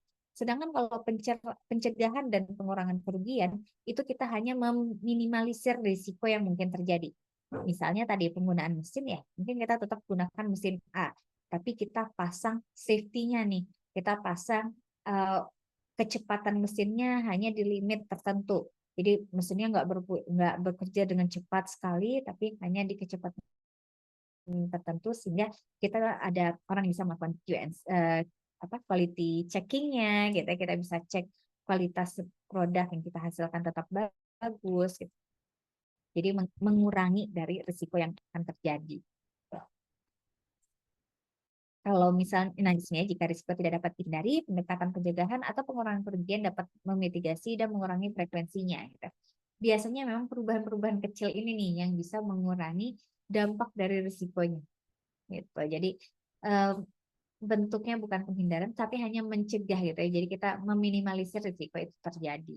Tadi mungkin kalau kita udah tahu ya ternyata logistik ini yang bagus untuk ke daerah ini saja oke, tapi untuk daerah yang lain logistiknya berbeda. Ini saya pernah nih kejadian mungkin sharing pengalaman pribadi juga ketemu online shop yang menawarkan gitu kan, Kak ini kalau pakainya logistik yang ini kurang bagus, mau nggak pakai logistik yang ini mungkin ada sedikit lebih mahal tapi barangnya akan nyampe lebih cepat dan tetap rapi misalnya seperti itu. Jadi kita menawarkan menghindari adanya kerugian yang lebih lagi dengan menggunakan platform tersebut misalnya seperti itu. Nah, kemudian ada yang disebut dengan penyimpanan atau retention gitu ya. Jadi kalau ini resikonya kita udah kenali gitu ya, kita udah tahu ada risikonya dan kita hadapi saja gitu. Jadi keberadaan risikonya kita terima, terus setuju untuk menangani dampaknya gitu. Dan daripada ngambil tindakan untuk menghilangkan risiko tersebut, ya kita jalani. Misalnya tadi kita tetap gunakan platform logistiknya, tapi kita menyiapkan dana gitu ya kalau misalnya ada customer yang minta refund misalnya atau ada kerusakan dari barang, kita udah menyiapkan produk cadangan untuk bisa kita berikan kepada customer misalnya seperti itu. Jadi itu akan membantu untuk apa memitigasi tadi ya produk kita atau memitigasi penjualan kita yang terdampak dengan risiko-risiko tertentu. Kemudian ada juga berbagi atau menyebarkan gitu ya. Jadi sharing and spreading gitu. Jadi risiko ini kita bisa bagikan. Jadi mungkin rekan-rekan di sini mengenal asuransi. Nah, itu salah satu bentuk dari sharing. Jadi menyebarkan risikonya atau lebih kepada mungkin insurance kurang tepat ya, tapi lebih kepada tadi misalnya logistiknya itu dibebankan kepada customer gitu. Makanya banyak beberapa toko yang dia hanya menerima pembelian secara langsung gitu kan. Kalau misalnya mau eh, dijemput itu silahkan atur pengiriman sendiri, misalnya seperti itu. Itu untuk mendistribusikan karena risikonya akhirnya akan dibebankan oleh orang lain gitu, atau akan dimiliki oleh yang lain. Jadi bukan ditempatkan ke kita. Nah, selanjutnya itu ada transfer gitu ya. Transfer ini kita mengalihkan, benar-benar memindahkan risikonya. Nah, ini baru yang tadi mungkin lebih tepatnya di asuransi gitu ya. Mungkin beberapa mungkin udah familiar juga asuransi kan ada banyak jenisnya, mulai dari asuransi eh, ya kalau kesehatan dan jiwa itu kan lebih yang pribadi. Kalau untuk bisnis mungkin asuransi untuk kendaraannya, asuransi bangunan kita gitu. Jadi risikonya ada di pihak lain. Kalau misalnya terjadi sesuatu dengan bisnis kita, misalnya ada kebakaran dari tempat produksi kita, akhirnya kita ada dana yang bisa turun untuk mengcover biaya produksi selanjutnya gitu, atau malah untuk pembangunan pabrik selanjutnya, misalnya seperti itu. Jadi ini salah satu bentuk dari strategi juga untuk melakukan pengolahan risiko yang ada. Jadi bisa dipilih antara 5 strategi ini, kurang lebih 5 ini sudah mencakup keseluruhan strategi manajemen risiko yang umum digunakan. Jadi bisa dilihat mana yang kira-kira lebih sesuai untuk kita atau mana yang bisa kita lakukan. 3 yang paling atas ini yang sangat umum sekali atau yang paling gampang, karena kalau misalnya untuk berbagi atau menyebarkan dan transfer ini kita butuh pihak lain yang juga pihak ketiga atau pihak kedua yang juga memahami risiko tersebut dan willing atau mau untuk bisa berkontribusi. Sedangkan kalau untuk 3 ini lebih kepada kita secara pribadi, bisnis kita secara sendiri, jadi bisa benar-benar menerapkan strategi-strategi ini. Gitu. Oke. Nah, jadi kesimpulannya apa untuk materi kita di pagi hari ini, gitu ya. Pertama, tadi karena kita membicarakan biaya, jadi kita harus kenali dulu nih biaya yang kita keluarkan dalam menjual barang atau jasa, dan pastikan juga kita identifikasi waktunya kapan, gitu. Jadi pastikan kita punya em, penggunaan arus kas yang jelas, gitu ya. Karena kalau tidak, kita jadinya akan bingung nih kapan mengeluarkannya dan kurang persiapan akhirnya, gitu ya. Kemudian dengan tadi beberapa strategi terkait dengan strategi penetapan harga, pastikan kita sudah menetapkan harga yang tepat, kita sesuai dengan customer kita, sesuai dengan keadaan kompetisi di pasar, sehingga kita tidak kehilangan pembeli, tapi juga tidak kehilangan keuntungan yang mungkin kita dapatkan. Dan terakhir, karena tadi kita bicarakan risiko, pastinya harus kita kenali risiko apa nih yang melekat. Kalau kita udah tahu, kenali resikonya, lakukan yang 5 kerangka tadi ya, mulai dari identifikasi, kemudian kita lakukan analisa, kemudian kita lakukan respon atau tanggap terhadap risiko yang mungkin terjadi, kemudian kita pantau terus risiko tersebut, dan yang terakhir baru kita tinjau kembali dan perbarui lagi nih risiko-risiko yang mungkin muncul. Gitu. Mudah-mudahan materinya bermanfaat ya untuk Bapak Ibu dan rekan-rekan semua di sini. Terima kasih. Mungkin kita bisa lanjut ke diskusi atau jika ada pertanyaan, saya kembalikan ke Kak Faiz. Silakan Kak Faiz. Oke, terima kasih Mbak Atika atas pemaparan materinya. Ini insightful banget nih, Mbak Atika. Boleh, Bapak Ibu semua, ini silakan jika ada pertanyaan, ini bisa langsung ditulis di bagian Q&A. Nanti akan aku bantu bacakan satu persatu nih untuk pertanyaan dari Bapak Ibu semua. Nah, Mbak Atika di sini ada pertanyaan nih dari Bu Nanik. Bu Nanik dari IKM Rido, Kerupuk Gurita Bengkulu. Resiko yang sering dialami ini adalah bahan baku untuk produksi, jadi hampir setiap minggu selalu evaluasi HPP. Sedangkan saya ada komanditer, sehingga sering juga miskomunikasi karena semua proses produksi diserahkan ke saya. Karena memang saya asli pemilik produk kerupuk gurita tersebut. Gimana Kak cara dan solusinya? Karena bahan baku saat ini naik turunnya harganya luar biasa. Ini salah satu masalah dari semua UMKM Ya, kali ya Kak. Bisa iya dibilang bahwa benar-benar. bahan baku nih nggak tetap gitu, selalu naik turunnya cepet banget nih. Ada yang bisa di-share nggak nih, Mbak Atika? Wah, iya nih, ini makanya tadi juga waktu membicarakan bahan baku gitu kan, ini juga salah satu yang tadi saya sebutkan ya, karena kan harganya tuh bisa sangat fluktuatif, entah itu dipengaruhi dari alam dan lain sebagainya gitu ya. Pertama sebenarnya kita bisa melakukan mitigasi dengan cara apa? Berarti kita evaluasikan atau kita bisa lihat secara rata-rata dalam waktu anggaplah di beberapa tahun ke belakang gitu ya. Kita lihat, oke biasanya HPP-nya di harga berapa? Nah, asumsi tersebutlah yang kemudian kita gunakan untuk memprediksi ke masa depannya gitu atau ke masa sekarang. Kalau kita udah tahu secara rata-rata harganya di anggaplah berapa nilai berapa gitu ya.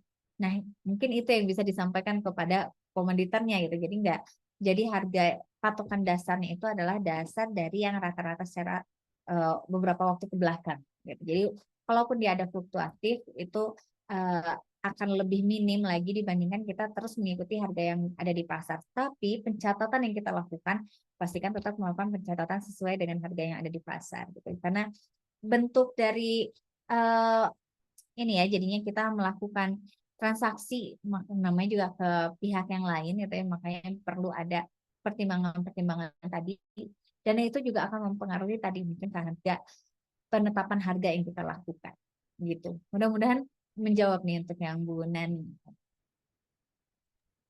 Oke, semoga Bu menjawab ya, Bu Nanik gitu ya. Jadi memang mitigasi mengenai ini tuh penting banget gitu ya. Kita harus selalu memperhatikan bagaimana perubahan pasar karena kita berbisnis bukan cuman bahan baku dari kita aja gitu ya. Banyak juga kita apa namanya bekerja sama dengan bisnis-bisnis lainnya gitu.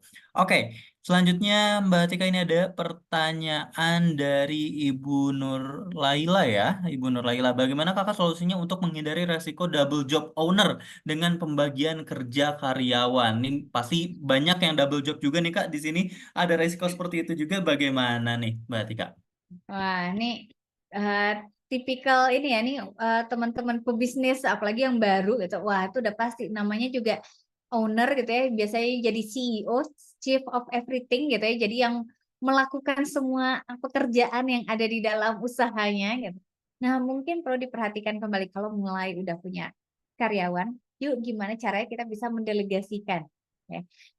Pilihlah hal-hal yang mungkin Bu Nur Laila lebih nyaman gitu bisa delegasikan. Kalau sudah mulai beranjak, setelah itu kita hanya lakukan evaluasi gitu. Nah, untuk menghindari risiko double job, sebenarnya itu bisa kita lakukan dengan melakukan evaluasi yang rutin. Dalam artian seperti apa ya? Berarti kita perlu cek nih, karena kan punya KPI atau punya target-target kerjaan yang seperti apa. Nah, kita berikan untuk kepada karyawan. Nanti di waktu-waktu tertentu anggaplah per minggu gitu kan. Karena waktu dalam satu minggu kan mereka sudah banyak ya yang mereka kerjakan. Dalam waktu satu minggu kita lihat apakah targetnya terpenuhi atau tidak. Jadi jangan sampai owner yang langsung turun atau ya pemimpin usaha gitu ya karena kita udah punya karyawan-karyawan lainnya yang bisa kita delegasikan. Tapi perlu kita lakukan pengecekan kerjaan mereka dengan cara apa ya tadi tetapkan target-targetnya.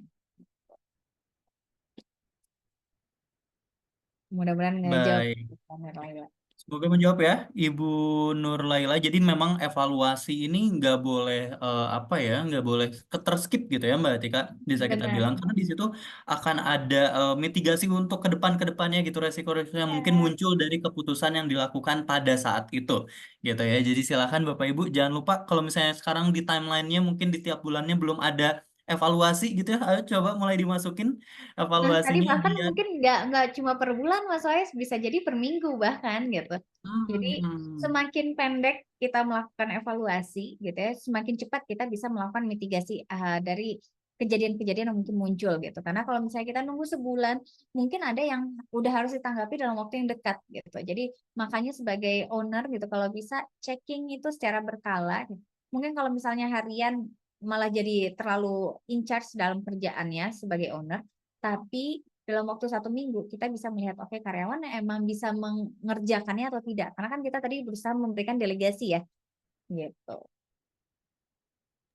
Oke, semakin singkat semakin baik. Jadi Bapak Ibu jangan lupa untuk evaluasi. Biasanya sering ke skip nih, Mbak Tika evaluasi. Yang penting apa lakuin gitu kan, bikin keputusan gitu, semuanya Hmm. dilakuin tapi nggak dievaluasi, jadinya kurang efektif kan untuk Iya. kita tahu nih keputusan yang sudah dilakukannya. Oke, semoga menjawab ya dari Ibu Nur Laila. Oke, sekarang kita ke pertanyaan selanjutnya. Ini dari Ibu Istiana dari OG Jewelry Pacitan nih. Karena produknya ini adalah produk yang mempunyai nilai seni nih Kak. Katanya makanya harganya mahal karena tergantung dengan bahan baku, kerumitan desain dan juga biaya tambahan lainnya. Dan juga mungkin biaya tambahan lain itu ketika seperti membeli stand gitu ya, membuka stand di bazar yang tentunya harganya akan dinaikkan saat pameran karena untuk menutupi gitu ya, menutupi dari pembelian booth itu sendiri. Tapi kalau misalnya di luar bazar ini harganya kembali normal. Nah itu apakah gimana ya Kak? Apakah ada resikonya kalau penentuan harga seperti itu?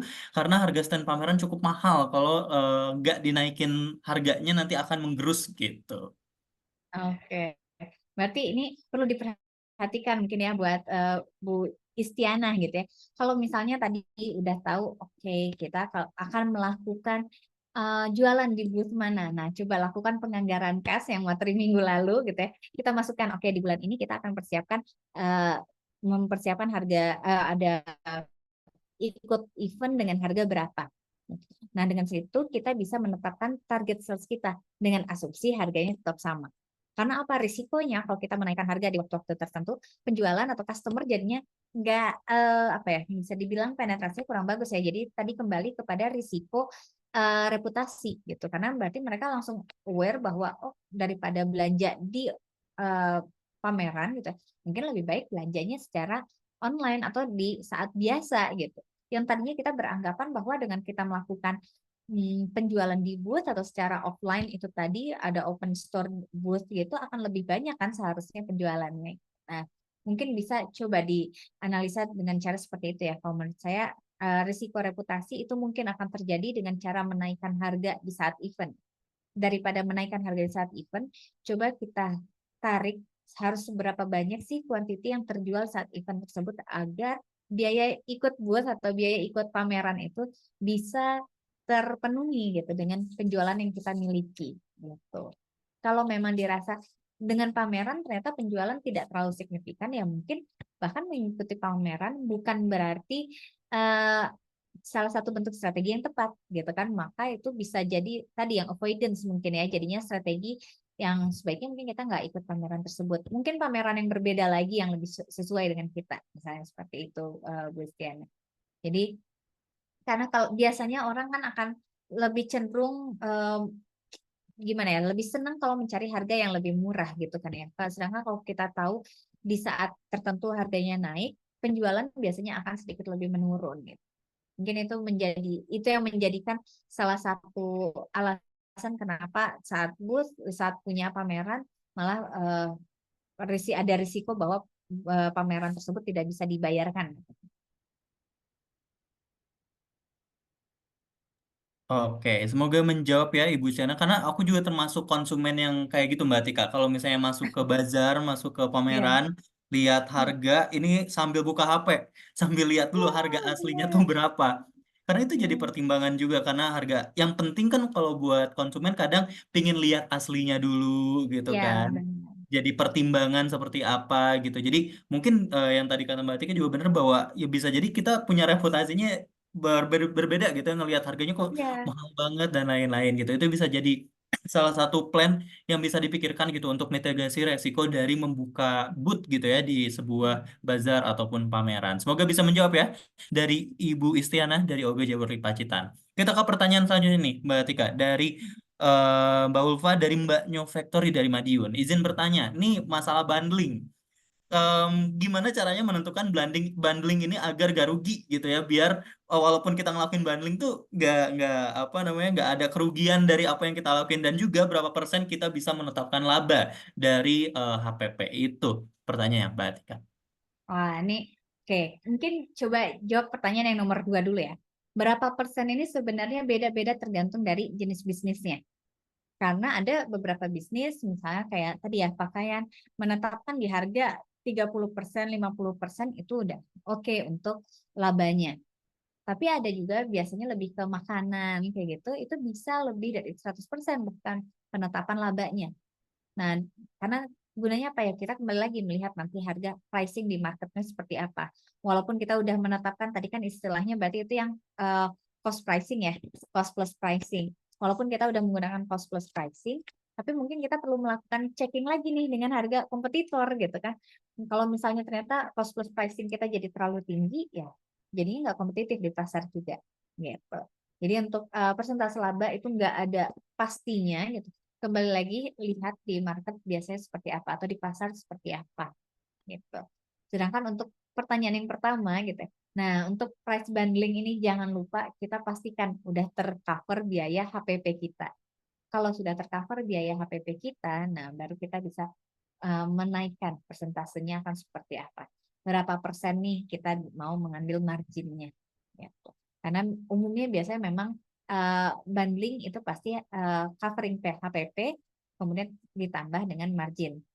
Nggak jarang juga kadang ada yang ingin menghabiskan stok, maka hanya harga HPP. Jadi bundling itu benar-benar harga HPP dari beberapa produk, yang penting terjual secara inventory sudah habis gitu kan, dan ada cash lagi untuk bisa memproduksi barang selanjutnya. Jadi kembali lagi kepada strategi atau tujuan dari kita melakukan bundlingnya itu sendiri. Gitu Mbak. Oke, semoga menjawab ya Mbak Ulfa. Tujuan bundling itu paling penting mungkin ya kalau bisa kita bilang karena kalau misalnya tujuannya juga kita nggak tahu bundlingnya itu untuk increasing sale kah atau mungkin untuk ngabisin stok kah biar kita tidak ada kerugian. Takutnya adalah bundling yang kita lakuin justru jadi salah strateginya, jadi Ya. salah penetrasi ke konsumennya gitu. Jadi silakan ditetapkan terlebih dahulu ya kalau kata Mbak Atika tadi. Semoga bisa menjawab Mbak Ulfa. Oh, Kita mungkin sedikit nambahin ya, gimana? Mas Faiz. Jadi kalau saya sempat ada nih ketemu teman-teman UMKM juga yang tadi disebutin dia agak sedikit salah nih melakukan bundlingnya. Jadi dia pikir, oke kita bikin paket itu bisa menghabiskan stok secara keseluruhan gitu. Ternyata dia menetapkan harga bundlingnya terlalu tinggi. Jadi mungkin memang kalau dibeli secara satuan gitu kan produknya masih murah, tapi waktu bundling harganya cuma naik sedikit, tapi orang-orang tuh banyak kehabisan cuma salah satu produknya. Akhirnya apa ya, orang-orang banyak beli yang produk satuan. Jadi waktu dia mau jual bundling, lah produknya udah nggak komplit lagi, inventory dia udah nggak komplit lagi. Nah itu juga jadi perlu pertimbangan kita untuk melakukan bundling tadi ya. Jadi pastiin kita tahu tujuannya melakukan bundling itu apa gitu. Jangan sampai stoknya ternyata nggak sesuai gitu. Akhirnya yang tadinya bundling kita bisa mengharapkan penjualan yang lebih banyak, ya keluar produk sekali banyak, akhirnya nggak bisa juga karena orang-orang kekurangan barang gitu. Oke, semoga menjawab ya dari Mbak Ulfa. Sekarang kita ke pertanyaan selanjutnya nih Mbak Tika dari Alpro Business Partner. Bagaimana dengan pajak makanan? Masuk dalam pos pengeluaran yang mana nih pajak makanan? Kalau buat konsumen juga selalu jadi perhitungan nih. Mbak Tika kalau lihat pajak makanan ini menunya udah masuk ke pajak makanan atau Iya, belum? benar, Udah benar. include atau exclude gitu. Itu jadi selalu jadi pertimbangan. Ini gimana Mbak? Nah, ya nih memang kalau untuk yang pajak makanan sebenarnya kan kita di dalam laporan keuangan itu ya, laporan laba rugi pajak tuh ada paling bawah ya. Jadi sebenarnya kan melihat dari pajak usaha kita itu akan seberapa besar. Masalahnya pajak makanan ini kan di pajak restoran itu ada lagi ya, service yang kita berikan itu ada pajaknya lagi. Jadi sebenarnya kalau dalam pos pengeluaran dia ada posnya sendiri pajak gitu. Dan itu di luar HPP, di luar biaya operasional. Jadi dia ada posnya sendiri itu pos pajak gitu ya, pajak yang harus kita keluarkan gitu sih. Jadi memang untuk pajak makanan terlihatnya sangat besar ya jadinya karena ada services juga yang kita berikan. Oke, jadi beda ya posnya mungkin Mbak Tika untuk jawaban ini bahwa pajak makanan itu ada pos tersendiri gitu ya Ya, untuk. benar. Kalau lihat di laporan laba rugi itu ada paling atas kan revenue, kemudian kita kurangi dengan HPP, kita kurangi lagi dengan biaya operasional. Setelah pengurangan dari biaya operasional baru kita kurangi pajak gitu. Bahkan setelah pengeluaran untuk bunga ya, kalau kita punya pinjaman itu ada bunganya. Nah, setelah bunga pinjaman itu kita keluarkan atau bunga-bunga lainnya kalau misalnya kita punya cicilan itu semua dikeluarkan baru terakhirnya kita masukkan pajak. Oke, semoga bisa menjawab ya dari IELTS Pro Business Partner. Nah, Mbak Tika, karena waktunya juga sudah habis, tapi ada satu pertanyaan lagi terakhir nih dari Ibu Lela Mariani dari brand Rifdelman dari Sumedang. Apa bedanya dari harga pokok produk dan juga harga pokok penjualan? Itu Mbak Tika pertanyaan. Wah, ini mohon maaf mungkin sebenarnya kurang lebih sama ya. Waalaikumsalam Bu Lela. Sebenarnya dia sama. Jadi harga pokok produksi biasanya disebutnya juga harga pokok produksi, harga pokok penjualan, harga pokok produk itu hal yang sama gitu. Pada intinya biasanya kita menyebutkan harga pokok produksi itu lebih kepada yang bentuknya barang gitu ya. Sedangkan harga pokok penjualan kadang services atau jasa itu juga ada harga pokoknya gitu. Karena jasa walaupun bentuknya jasa. Anggaplah kita tadi ya membicarakannya salon kecantikan nih karena cewek-cewek biasanya kan senyalon gitu ya. Tapi kan tetap ada penggunaan misalnya sabun atau kalau, cowok-cowok ke tukang pangkas gitu kan ada penggunaan sabun atau penggunaan listrik. Nah itu masuk ke HPP-nya gitu istilahnya. Cuma, secara bahasa aja yang sedikit berbeda walaupun halnya sama sih gitu. Oke, semoga bisa menjawab ya dari Ibu Lela Mariani dari brand Rick Dolmen dari Sumedang. Nih Mbak Tika, karena waktunya sudah habis, mungkin terakhir sebelum kita meng-closing ini untuk seluruh UMKM yang hadir di sini mengenai resiko sendiri. Resiko kan sebenarnya kita bukan cuman mengevaluasi yang sekarang, tapi juga memproyeksi apa yang akan datang gitu ya. Mencoba melihat kemungkinan-kemungkinan yang akan terjadi di masa depan dari apapun yang kita lakukan saat ini. Ada yang bisa disampaikan gini, bagaimana mungkin lebih apa ya, gimana caranya kita bisa memproyeksi yang ke depannya, karena kan kita kadang nggak tahu ya sebenarnya dari apa yang kita lakuin tuh outputnya jadi seperti apa gitu, bagaimana untuk memitigasi nanti resiko yang muncul atau bahkan membayangkan resiko yang bisa terjadi dari apa yang kita lakukan itu Mbak. Jadi, kembali lagi mungkin sesuai yang kesimpulan tadi ya, karena kalau kita melihat dari risiko dalam bisnis itu pasti selalu ada gitu, nggak mungkin, dalam berbisnis ini nggak ada risikonya. Dan kembali lagi mungkin mengingat materi yang minggu lalu gitu ya, dalam berbisnis kalau kita nggak punya laporan keuangan, kita nggak punya catatan gitu, kita nggak punya tolak ukur, kita nggak bisa melakukan evaluasi gitu. Makanya tadi keuangan pasti berhubungan dengan evaluasi yang perlu kita lakukan gitu dan kemudian itu akan berdampak dengan keputusan yang kita ambil dan juga strategi yang kita ambil untuk usaha kita. Nah, mudah-mudahan dengan adanya materi ini teman-teman semua di sini, rekan-rekan semua di sini jadi lebih aware bahwa penting nih buat teman-teman di UMKM sendiri untuk punya laporan keuangannya. Kemudian dari laporan keuangan itu kita bisa lakukan analisa baik itu risikonya atau keadaan-keadaan di mana kita memang butuh tadi mungkin ya terkait dengan keuangan atau strategi-strategi tertentu untuk bisa meningkatkan penjualan kita dan pada intinya ya akhirnya bagaimana kita bisa meningkatkan profit yang kita dapatkan gitu. Mudah-mudahan bermanfaat. Oke, sekali lagi terima kasih Mbak Tika atas waktu dan juga materinya hari ini. Sharing-sharingnya sangat insightful sekali. Dan juga terima kasih kepada seluruh partisipan yang sudah hadir dalam sesi pertama pada kegiatan hari ini. Nah, sebelum menutup kegiatan, aku izin reminder bahwa tadi sudah dikirimkan absensi kedua untuk sesi pertama kali ini. Dan nanti kita masih ada 2 sesi lagi, jadi jangan kemana-mana gitu ya. Mungkin nanti kita istirahat dulu. Kita akan ada istirahat dulu sampai jam setengah 11, 30 menit gitu, ada 30 menit untuk istirahat. Dan nanti kita akan mulai sesi kedua. Materinya tentang apa? Tentunya materinya berbeda dan juga narasumbernya juga berbeda. Jadi stay tune terus. Nanti kita akan menggali informasi di sesi selanjutnya. Jadi sekali lagi terima kasih Mbak Tika. Terima kasih seluruh partisipan pada sesi pertama hari ini. Saya izin menutup sesi pertama dan sampai berjumpa di sesi kedua dalam 30 menit ke depan. Oleh karena itu saya pamit untuk menutup sesi pertama hari ini. Wassalamualaikum warahmatullahi wabarakatuh. Salam.